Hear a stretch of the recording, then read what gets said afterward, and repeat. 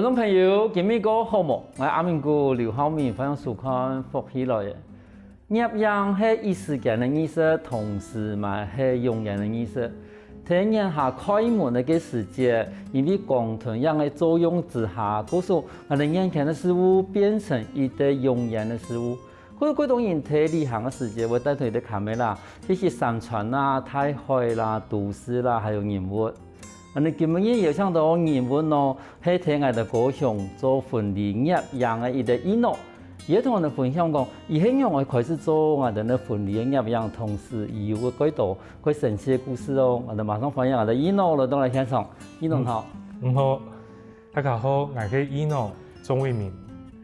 藝術，聽我哋嘅節目開始以前了哈，你是不是跟我們介紹一下，就是說，你是客家人嗎？還是說有一半的是客家人？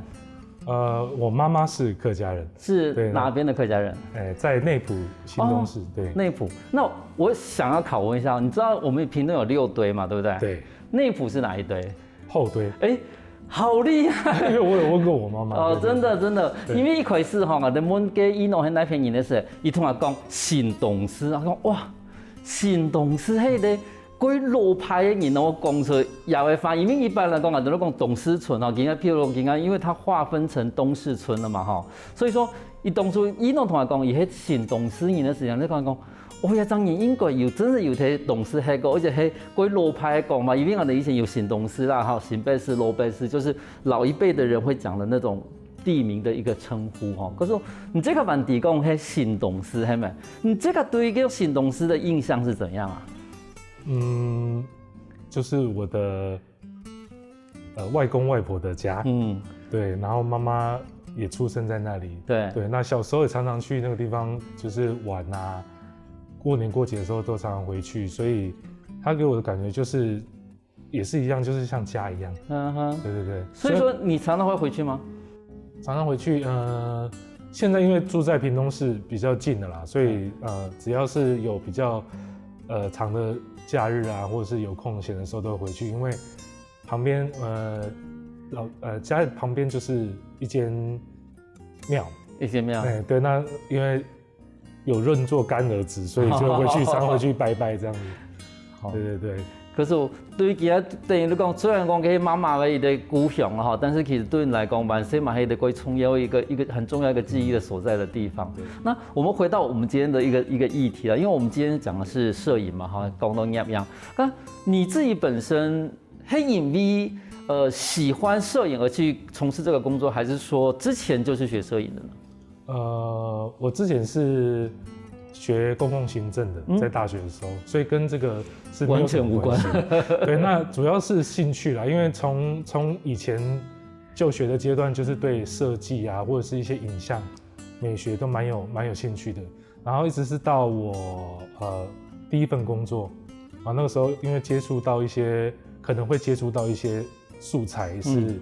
像風景啊，或是人像啊那些照片，然後就被這些高畫質的照片影響到。所以開始覺得說，對攝影就很有興趣這樣。但是你這個頭講太好讀公共行政嘛，哈，一般來講讀公共行政，老師應該都係能考公職嘛，是嗎？咁你其實沒考公職，咁你第一個工作做嘛？第一個工作做的是什麼？第一個工作是在輸出中心，就是輸出中心，對，就像大圖輸出，或是做廣告看板的這一類的，對。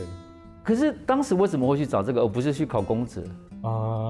因為就是對，真的還是對影像蠻有興趣，是，對，然後找這一份工作的原因是因為興趣的關係啦，然後想說去試看看，對，那剛好因為這個公司它在社皮，在屏東的社皮，然後他剛好看到我的學歷又是大學，就是那還不錯，那還可以用看看，然後所以我就開始就接觸了，對啊。還不錯，因為這個工作的關係，所以才有機會，對啊，進到攝影這個。等於如果你在工作裡邊，會讀到相片啦哈，因為你係大圖輸出嘛，會遇到很多的相片。可是他有看到某看到供樣啦，某看到一種主題。那黑馬跟演員讓你開始覺得說，從大圖輸出又轉到變成一個攝影。那這中間是你有去學攝影嗎？還是說就毅然決然的投入攝影這個部分？因為我在這間公司上班的時候，常常会客户就是希望我们可以帮他们做一些设计啊，那这些设计会需要用到素材嘛，那我就会常常去找这些素材，比如说那种一样风景照或是人像。那因为兴趣的关系，所以我就开始喜欢上摄影，然后我就去找这方面的，比如说书籍啊，或者是器材的这种教学，对，然后开始买了人生第一台的相机，虽然是中古的，对，然后等到买到相机之后呢，我就开始就是不断的拍，对，就正式的开始踏入摄影这个领域。对，可是那时候还没有真正就是成为我的职业啦，对，就从这个时候开始萌芽。等于如果其实一面工作的时间，一面开始买这个体的中古的摄像机，然后同时开始练习，等于讲这个兴趣嘛，翕相的部分。啊，其实这是带片还是底片吗？还是数位时代了？啊，我那时候已经是开始数位时代，所以说比较可以随便乱拍，都不会担心底片的那个。没错，对，这是好处之一。对，没有错。对呀，那个时候，因为其实对几多年来讲啊，其实我哋相信我的那观众朋友嘛，都想我讲，我期望可以，还有一点兴趣可以去做摄影师，冇讲做到摄影师啦，可以有一点兴趣去摄影，去做摄影。可是唔知講按樣嘅業數，今年移民多好，一開始嘛係一個算是我哋講門外漢，慢慢的進入亞威一個世界裏邊。剛好就想要問一下，那個時候你買的第一個照相機是用什麼樣子的方式去構想？就是說，嘿，是那個牌子你喜歡，還是說那個功能你喜歡，或者什麼之類的呢？在一開始的時候對各個品牌都不是很了解。所以我去在網絡上做了功課，然後我就一方面也是不太想跟時下大家一樣這樣，所以我就特別挑了一個牌子 Olympus。對，那為什麼會選它呢？因為我做了很多功課，是這間公司它做很多顯像的鏡頭是醫學類的，所以它可能在某方面是非常頂尖的，對，在鏡頭方面，所以我就那我就選它，因為一開始的興趣也是在拍生態啊，或者是風景。对，那比较偏向这种需要解像力高的，所以我就特别去选了这个牌子这样子。一般人讲法，比如大部分人都係 C 牌啦、N 牌啦，哈，因為你去法律大部分人講，人物的話，人物的話發射比較溫暖的哈，如可能都 N 牌，好，那翕風景的話，哈，跟人講夠清晰的都 C 牌。我估計你選 Olympus 實在是。人講文青牌啦，一般來講，你講嗰種幾文青的人，然後寫嘅，佢其實就當初嘅講，你這個因為講，以這個本身都有做幾多嘅光學的儀器，嗰時也要講所謂的解析力應該幾強以外咯。咁你這個當初在選也要相機嘅時間，因為可能其他廠商幾多年會有的問題嚟講，我到底我的人生第一台相機要買旅遊鏡還是買隨身機？那個時候你有這個想法嗎？都有考慮過，但是那個時候因為很想要趕快就是上手，然後可以就是跳過入門這一段，對，因為想說，那我趕快學起來，然後就是看有沒有機會，就是在攝影這一塊可以開始有薪資進來這樣，所以我就直接跳過入門那一段，然後就是從定焦鏡就直接從定焦鏡開始下手了。對，一般人一般的大眾他可能在玩相機，就是攝影這一塊，可能就會先從旅遊鏡嘛，對，因為它涵蓋的焦段比較廣，對，比較多，所以比較方便。但是我那時候就想說，那大師們都是用什麼樣的鏡頭呢？然後我就會去參考他們用的焦段，然後來試試看這樣子。因為有幾多人吼，因為講出去旅行嘅時候，我最好可以人也可以翕，球呢也可以翕。嗰時我帶你哋幾重嘅鏡頭嘛，用我哋旅遊鏡嘅鏡頭。可是問題是，佢有個問題，就講有幾重啊？好，旅遊鏡通常那個鏡頭加上去都很重。好，嗰時有的人用我都唔想嚟用嘅。頭我哋呢，依我講嘅講定焦鏡嘅意思，就講伊冇辦法調焦嘛。好，伊冇辦法調焦，都等於講一個焦段係強用啊。但是我哋都從頭我講一句話講，你用腳去調焦啦。對，沒錯，去調焦。但是中馬佢講用定焦鏡會比較接近大師的作品。對，因為它的成像可能又比變焦還要來得更清晰一點，因為它可能用到的鏡片組會比較少嘛，所以它可能影像更銳利啊，或者什麼。那另外一方面，因为定焦，因为焦段没有办法改变，对，所以我们就是像小比大哥说的，就是要用脚来用脚去调焦距。对，所以这个在训练拍摄上面是很有帮助的，就是包含构图啊，或者是你怎么样去呈现你的画面远近，因为你是直接透过你的双脚，所以我觉得在训练这方面是很快速的。是，对。可是各种讲啊，那今天观众朋友他想要带一个，譬如我们观众朋友他也是需要买一个以后出去可以玩的一个相机的话，那你有没有什么建议啊？如果是单眼，像现在一般的单眼，它已经没有反光镜了，对，所以它做的越来越轻薄。那基本上像这一类的话，那就是看需要拍的项目是什么。对，如果喜欢人像摄影或是人文摄影的话，就是可以带着走的最好，就是很轻松可以带着走的那种机型是比较好的。对啊。所以说，因为其实现在机器真的是越做越细啦，哈，头都给我的伊诺有讲到讲无反光机，应该讲我都无反相机，好，无反相机就无后波的反杀，嗰就变成以后要嘅机型变得个破，好，变个破是个好带，嗰就其实各种即使你外面连接一个就是可以有伸缩焦段的，其实它也没有像以前是那么笨重的一个机型了。对，没错，因为现在它为了要因应这一类的无反相机。无反相机，它的镜头也会做重新的设计，对啊，所以它整个包含镜头就越来越轻薄，对，所以现在要开始入门学摄影都是蛮方便的。可是其实我哋伊种同人讲，其实更加好，学习上quite简单。你这个有心情，你买一台可以带出去的。人家讲好嘅相機唔重要，但是唔愛帶出去嘅相機，那係最重要嘅。休息下，等下我就買嗰度嗰精彩故事哦。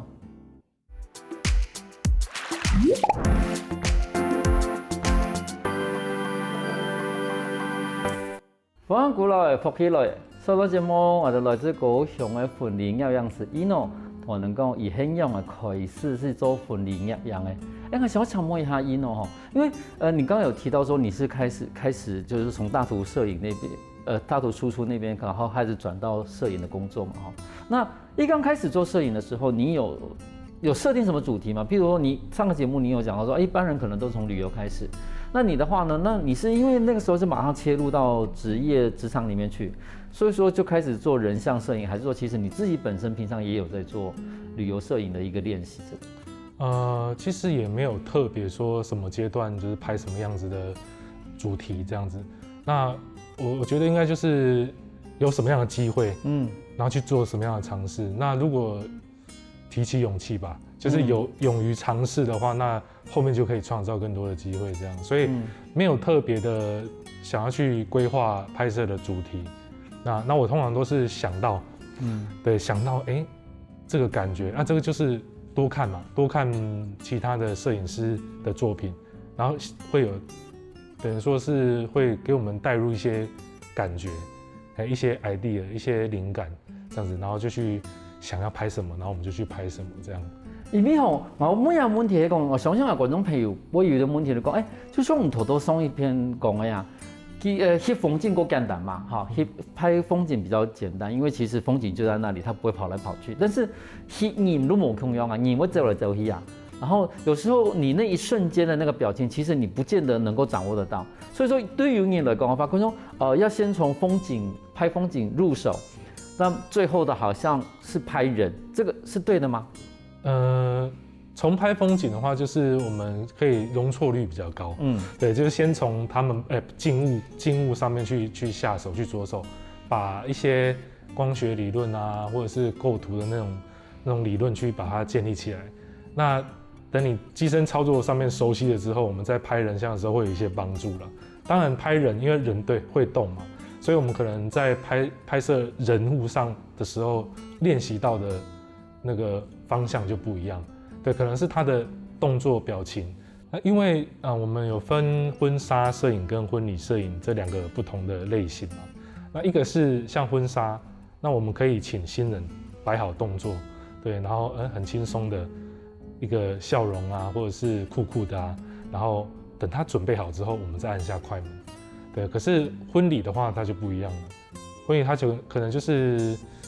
每一個儀式的過程，或是现场的宾客的表情啊，那个都是最及时、最当下的那种瞬间的反应嘛。如果没有拍到，那等于是失败了。对，所以2种训练的方式可能都不太一样，但是还是基本上就是还是要多练习，多去拍。对，你要经历过，你才知道说，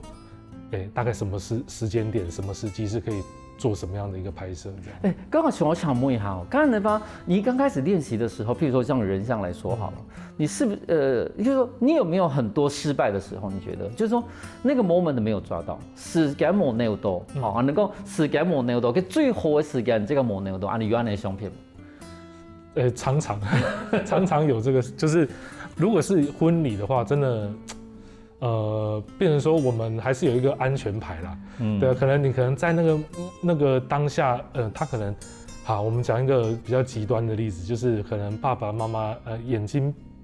可能在拜别的时候，那他可能讲到很感动，然后眼睛一闭，那个眼泪就这样滑下来，那个瞬间我们可能刚好在拍新人，对，那我如果能够拍到那个瞬间，当然是非常棒的嘛，对啊，那像这种情况的话，我们当然是有拍摄到现场的这个当下的画面就 OK 了，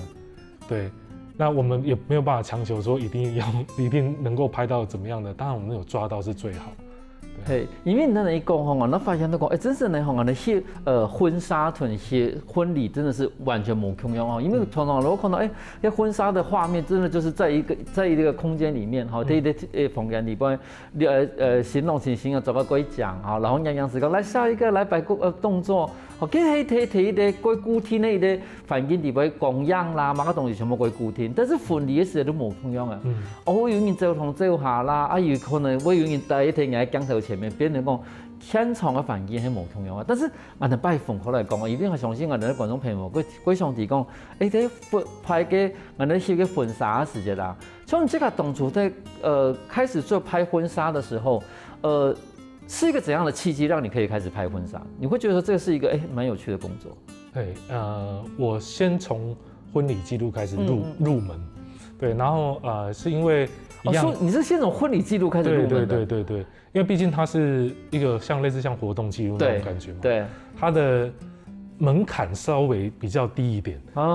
對，那也是因為一位新秘老師。他的推荐、他的介紹之下，所以開始進入這邊。然後婚紗也是，對。然後他那時候就有問我說：“那要不要拍看婚紗？”對，因為他的新人就是不管是婚禮的或者是婚紗都有嘛。然後因為也是因為這個關係的情況之下，然後就開始接觸婚紗。哦，所以婚禮攝影那個時候只是純粹拍活動的一個攝影，並不是要拍某一個令你感動的瞬間的那種所謂的婚禮記錄，然後再婚紗攝影，然後再還是婚禮攝影。婚禮攝影跟婚禮記錄是一樣的東西。是，對，就是記錄婚禮過程嘛，就是婚禮的儀式啊，跟這整個活動的過程。對，然後婚紗的話，就是我們剛才講的，它可能就是在一個空間啊，或者是在一個固定的環境下面去拍。剛好你這麼講，它的門檻比較低嘛，因為它的現場的應變能力應該會比較強的，為什麼它反而是門檻比較低的？這個就變成說，我們可能要有一台機子，首先一台機子，然後在現場，然後去抓現場的過程的畫面。那它的門檻低的原因，是因為它不像婚紗，你必須要下指令。因為我們拍婚禮的時候，我們不太需要去下指令。因為如果說你太多的指令、太多的 hold 場的話，它整個氣氛就不夠自然了。對，那可是婚紗就不一樣，婚紗你必須要給新人你的指令。對，那你必須要有更精準的構圖，對，然後才有辦法，就是把你這張婚紗照表現得更有藝術感嘛。我們這樣講。不是說按的意思就是講，但是問題是你這個婚禮攝影哈，我的婚禮記錄這一部分，你是不是要先把所有的流程都記住？就是說大概腦袋裡面是有一個想法，就是說可能哪一段你要記錄什麼東西？譬如說有的人會結紮啦，出席的時間會拜別之後，然後結紮啦，是不是某一個角度或者是某個東西你已經知道要記錄到？沒錯，因為基本上台灣婚禮大同小異嘛，就是大概那幾個過程，對啊，所以我們拍攝幾場下來的時候就大概知道。那除非有比較特殊的橋段，可能就是譬譬如说，有一些有要滚床啊，对不对？要，而且还要属龙的，对，要滚床，然后或者是有什么禁忌，或是什么的，或是拜一定要拜天公啊，有些这种他新人会特别跟我们交代，对，那一般的情况之下，就是他们如果有那种流程表嘛，那我们就大概知道说，什么时间点，要做什么样的仪式或者是活动，然后我们基本上都会去做拍摄，就把那一个过程拍摄下来，这样。对。那从你来做婚礼摄影，或者说婚礼摄影的目前为止的话，有没有让你觉得，就是说你觉得很有趣，或者说印象难忘的一些事情？婚纱的部分还蛮多的，因为婚纱我可以到处跑。就是海外婚纱，是，对。那因为就是摄影这个工作，让我就是有机会在世界上到处跑，然后看看世界。在疫情前，对，那也印象蛮深刻，就是去很冷的地方拍婚纱，对，像日本嘛，我们在日本拍婚纱的时候，刚好遇到57年来，就是在11月的时候就下雪。是真的係在东京。在东京，对，東京其實唔係講唔會落雪嘅地方，其實一定佢寒嘅時候，然後落雪。嗰種10月落雪是佢少，蠻少在東京11月上。對，他那時候就是剛好那天下雪，就晚上看新聞就講說哇，連台灣新聞都報，對，說50幾年來就第一次在11月就下雪了，對，可是他那天的雪是帶有水的那種，帶有雨水的。好，那個很煩，對，就變成說我們當天就非常狼狽，對，因為措手不及嘛。可是因為在海外拍，新人沒有辦法延期的，是，對，那個行程沒有辦法重新再安排的，所以就等於還是得硬上。可是那個雪景應該也是很出乎意料之外的雪景吧？对，就是我們可能在某些它真的是飄雪花的時候，拍起來真的是還蠻浪漫的啦。對啊，不過就是照片嘛，照片就是我們拍攝出來的當下。拍不出來可以講啦，但是會不會他跟你錄完的跟你很狼狽的那種感覺？對，真的。而且其實有時候下雪的時候是最冷的時候。對啊。然後剛才的話，你新人當時那個時候的感覺，他們怎麼樣？覺得哇，遇到57年首場11月東京第一次下雪。真的是蠻難為他們，對，因為拍攝的時候就是還好，我們就是那個靜態的照片看不出來他們的在抖，有沒有？對啊，那兩個都抖得跟什麼一樣，連話都講不清楚。對，因為我自己也是啊，我的手指快門都快按不下去。是，對，真的。從人有常常會出國的一個經驗嗎？所以常常有出國攝影拍婚紗的經驗嗎？還蠻多的，就應該有20幾次，那日本最多。對啊，像幾個國家就是各有各的特色啦。比如說像我去泰國，泰國就一個字熱。對，可能我就真的去過那麼一次，這樣我真的很怕熱啊，所以我通常都是在秋冬的時候，然後就是比較推薦新人選擇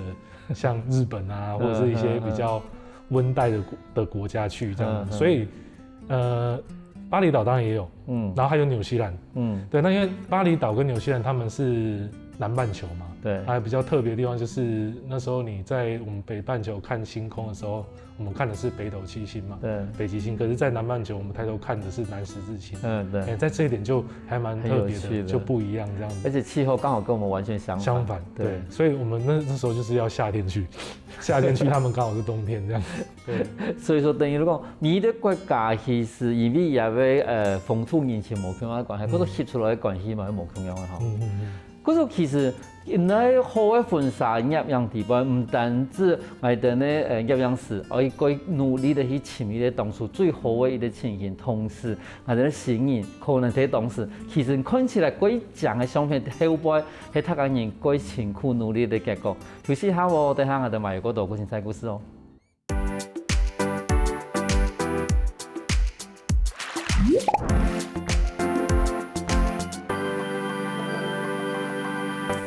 翻過來復起來，上個節目我哋喺高雄做婚禮攝影師，伊諾同人講，婚禮攝影有乜嗰個神奇嘅故事？但是上夜的机会吼，我想要请问一下伊诺，你讲，因为今仔疫情过后以后吼，其實嗰當然開始有愛辦婚禮嘅嘛吼。但是我想請問一下講，因為對於啲婚禮業樣式嘅角度來講嘅話，唔希望講啲新人佢開始愛拍嘅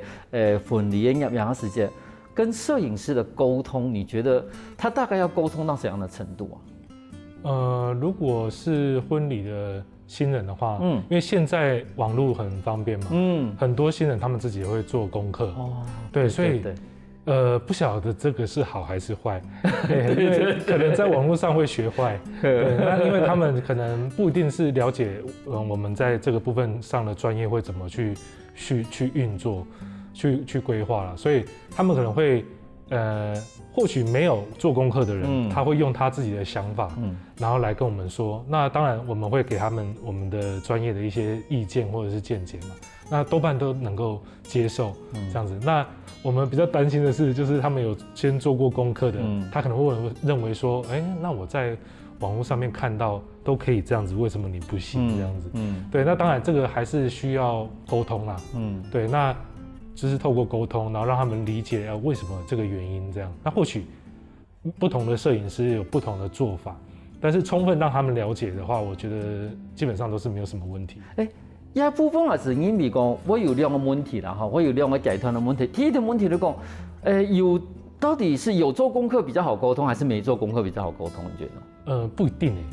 對，有些是跟人有關係，這是真的是跟新人的個性有關係。對，但有一些是他有做功課，所以你在講，馬上他就秒懂，就都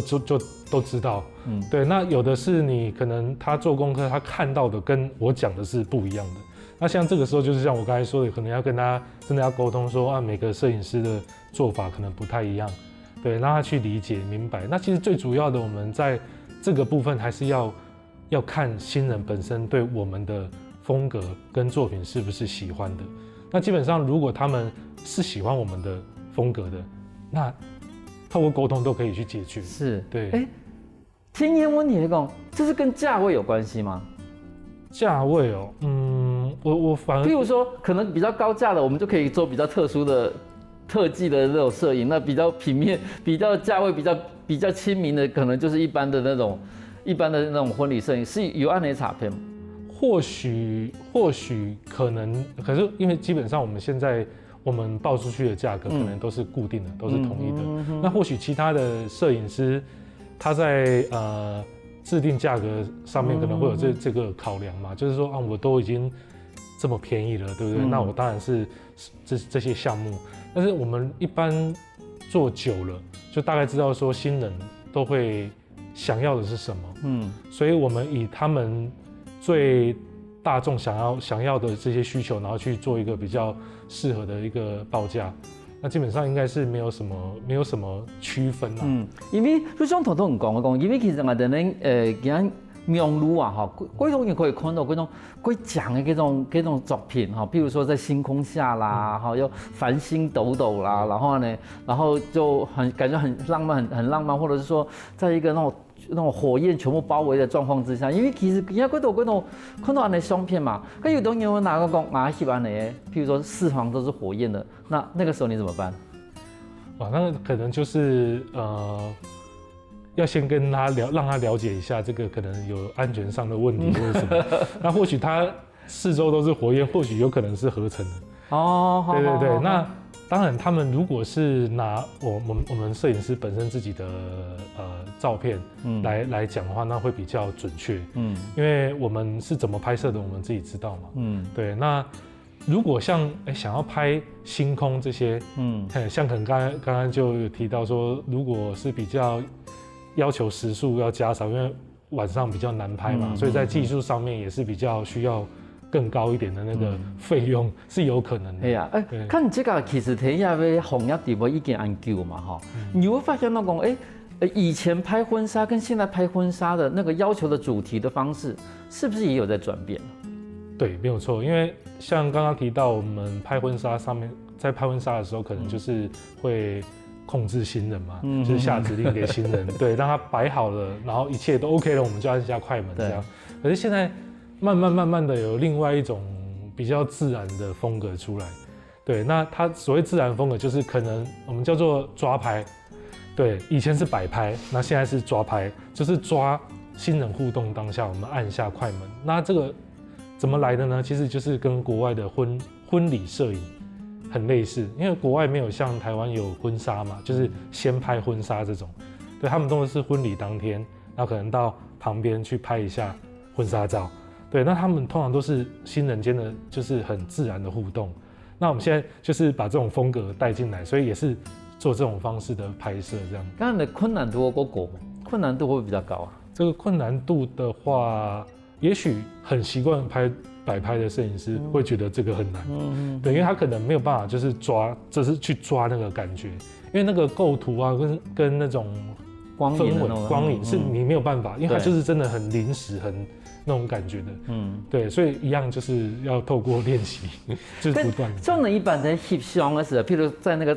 给地方里边，你等会不用荧光嘛，然后又不用让整个气氛变得比较和缓的方式嘛，放个音乐什么之类的。对，没错，就我们有时候就是会带一些蓝牙喇叭、蓝牙音响，对不对？然后就现场放个音乐，让新人去沉浸在那个旋律里面。要不然就是摄影师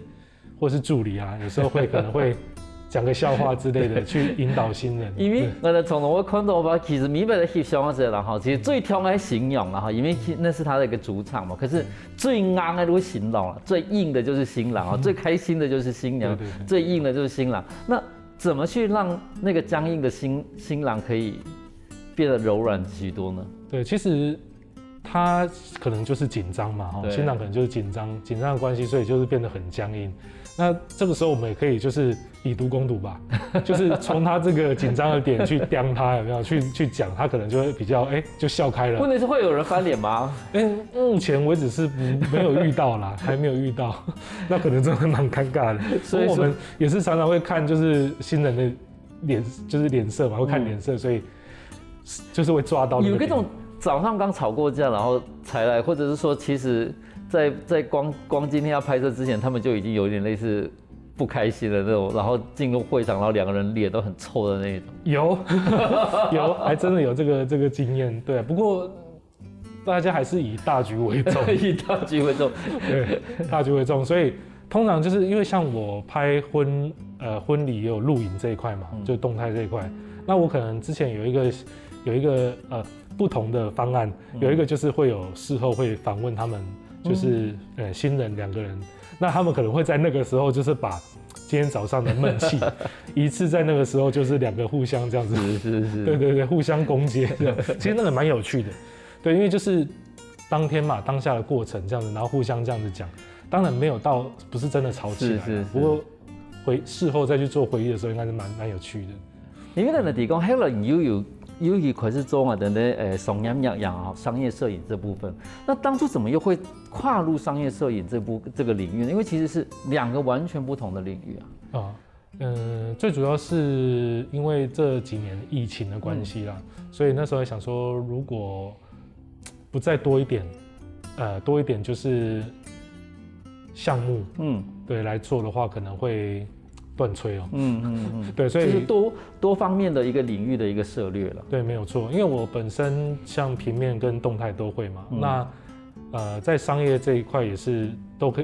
都是有它的有這個市場的，對，所以接觸商業主要也是能夠就是讓自己增加一些收入這樣。那商業攝影的一個應該說要求的東西跟人像是不同的嘛？那一般來說，商業攝影要求的是什麼？商業攝影它要求的，比如說還是看品相，看我們拍攝的是什麼樣的內容這樣子。因為像其實活動記錄也算商業的一種，對，然後還有商品的廣告啊，或者是餐廳的介紹，或是甚至是室內空間設計的這種影片、形象片，對，它都是屬於商業的一種。那他要求的跟婚禮上就是差在他需要他可能比較制式，對，比較制式一點。當然我們還是得看腳本啊，對。那就跟婚禮跟婚紗婚禮就是差在婚紗婚禮它沒有一定的腳本在那邊，對。那商業的話就必須要去做這一些，對，前置的規劃上會比婚礼相关还要复杂一点。对。哦，嗰就等于讲，伊也要之前的准备的东西嗰度。好，但是伊翕的过程里边其实还够具体呢。好，伊比大部分都翕嗰度东西嘛，哈，都翕金啊、某路嘅物品的事情。但是以前面的准备的部分要准备嗰度。咁像你这个，因为我哋讲而家这个有一啲入样嘅团队嘛，哈。咁你家对入样嘅团队，对这个现在的摄影团队有没有什么样的期许？譬如说，它必须要多功能，或者是多元化，还是？对，因为现在我的团队里面的人员编制还没有到非常的规模没有那么大，对，那当然希望说，为了能够有更多的创造更多的机会，所以希望能够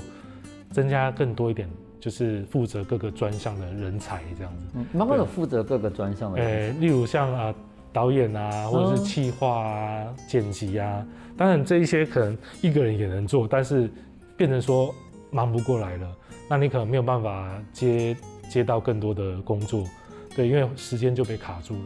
对。那如果说人就是各专项人才多的话，那就是有办法有更多的时间跟机会去能够应付更大型的案子，这样对，机会也比较多。咁等於如果比如而家有一堆新人我結婚的話，我以前係是講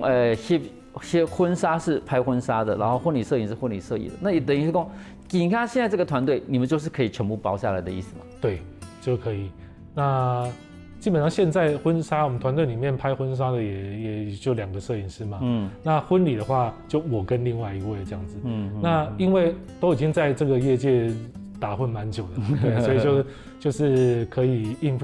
付的来。对，然后现在就是多增加了商业的部分，这样子。可能係半路出家，但是對於 Eno 來講嘅話，亦可以努力喺以這個什麼嘅事情上面，佢可以努力去轉行從事，嘛係可以努力地去把自家嘅可以做部分變得個態。嗰時希望講喺一擺聽到疫情過後 ，Eno 亦可以有個態嘅同時個發的一啲發展。今日我感謝 Eno 來到現場同我哋分享安頓這個故事。感謝大家。